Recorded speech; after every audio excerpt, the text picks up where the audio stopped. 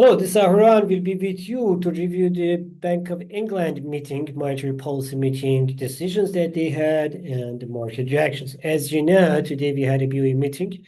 They held the rates at 4.25% as it was widely expected. Next meeting will be in August, and we are expecting to see the rate cut in next meeting. In this meeting, I was actually waiting for a surprise while the market was waiting for 2 against 7 to rate cuts vote against the 7 holding the current rate. We saw 3 rate cut votes against 6 votes for holding the current rate.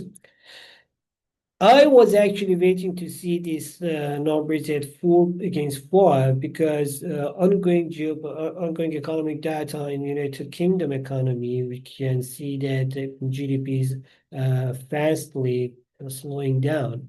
Manufacturing production, industrial production, all of them, they are negative, and we can see that the downtrend in the UK economy is very concern. It's getting more concerns and bigger concerns.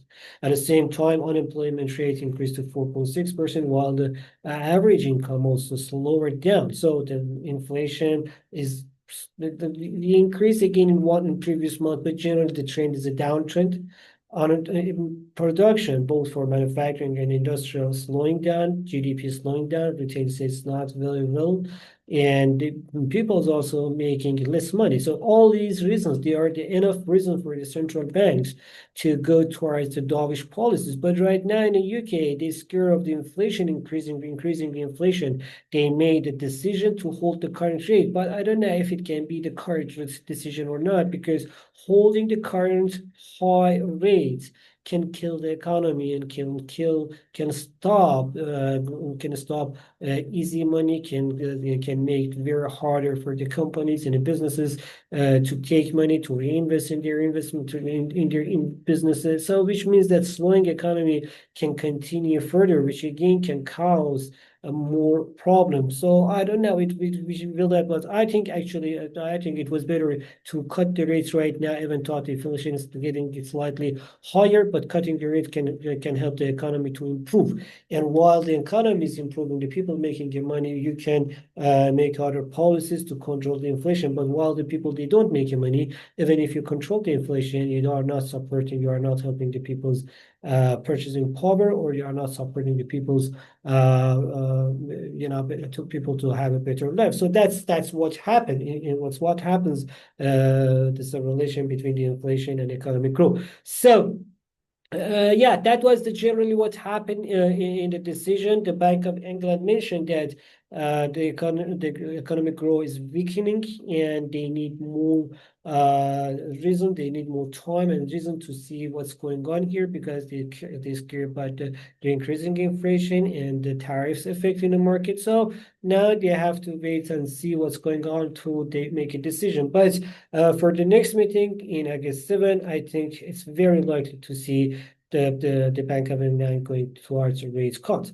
For now, as the market reaction, if we check the market reaction, we can say that the market reaction was, the market was pricing a little bit in the previous days. Market a little bit was pricing on a rate cut because of the ongoing and the economic data that we saw already and we had in the previous weeks, but things that not happen. So with holding the current rate, now the spread between the interest rate in United Kingdom, BoE, Switzerland, and many other Swiss and many other countries, this spread is getting higher and more, which means that the British pound can be can get more demand as it pays more higher yields. The British gilt to pay more yield, so that can support the British pound a little bit against other currencies, but it doesn't mean that it can support the economy. Since that it can, yeah, for that I will explain why it doesn't mean to support the economy. Technically, 1.35 is the next target for GBP USD, and if the pairing can can move above this level, then 1.36 and 1.37 can be the next targets. As for the stock market, what I'm saying that is not good for, it can support the British pound, but not the stock markets. Here is the reason that the stock market can get under pressure in the next days and the next weeks, because this higher rates for longer, and we can say the harder economic condition, the harder credit condition can put the pressure on the economy, which is not good for the companies and production and manufacturers. So the negative reaction on the stock market is very accepted. Since the bank decision was in line mostly with the market expectations, it cannot affect too much other markets, including if we say that, okay, the central bank decision had a negative or positive reaction on the cryptocurrencies market. No, it didn't. It didn't move the other markets well.